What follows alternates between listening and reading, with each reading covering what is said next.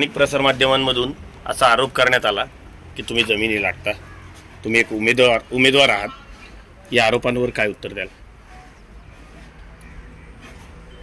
समोरचे जे उमेदवार आहेत त्यांच्या पायाखालची बाकी पहिली गोष्ट केलेली आहे आणि ते चुकीचं माझ्यावर आरोप करतात. ते लोक मी जमीन काय लाटली नाही. कोण शेतकऱ्यांनी माझ्या स्वतः तो प्रस्ताव माझ्याकडे आणला होता आणि त्या प्रस्तावावरती मी जमीन घेतलेली आहे आणि ते सालभर झालेला आहे माझा.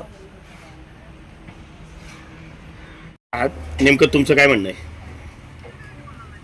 माझी जमीन 563 गट क्रमांक हा 20 गुंठ्याचा असून माझा त्याच्यावर फक्त 5 गुंठ्यावर अधिकार आहे. 15 गुंठे ही जमीन सदर शेजारील भावकी लोकांनी त्याच्यावर अतिक्रमण चढवलं होतं.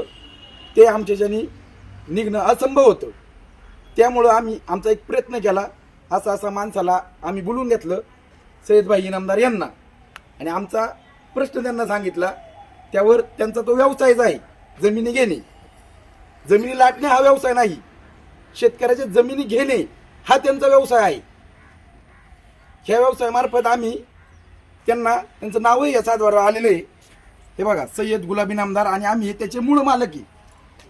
हे आम्ही डॉक्युमेंटली केलेलं आहे सगळं. याच्यात काय लाटण्याचा याचा प्रश्नच येत नाही.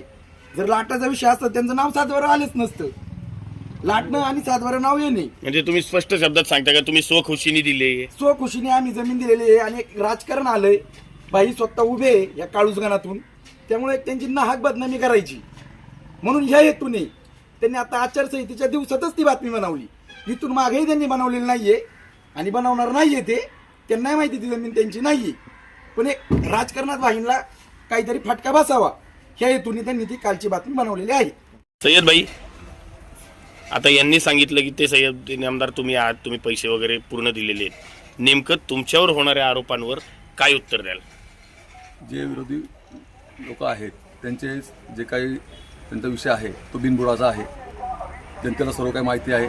मी चुकीचं काही केलेलं नाही आहे आणि शेतकऱ्यांनी तुम्हाला स्पष्ट मत दिलेलं आहे की माझी जागा जी आहे ती मी खरेदीने घेतली आहे आणि येणाऱ्या 7 तारखेला तुम्हाला कळलं जनता काय कौल देते ते, आणि त्याचं उत्तर मिळेल सर्वांना.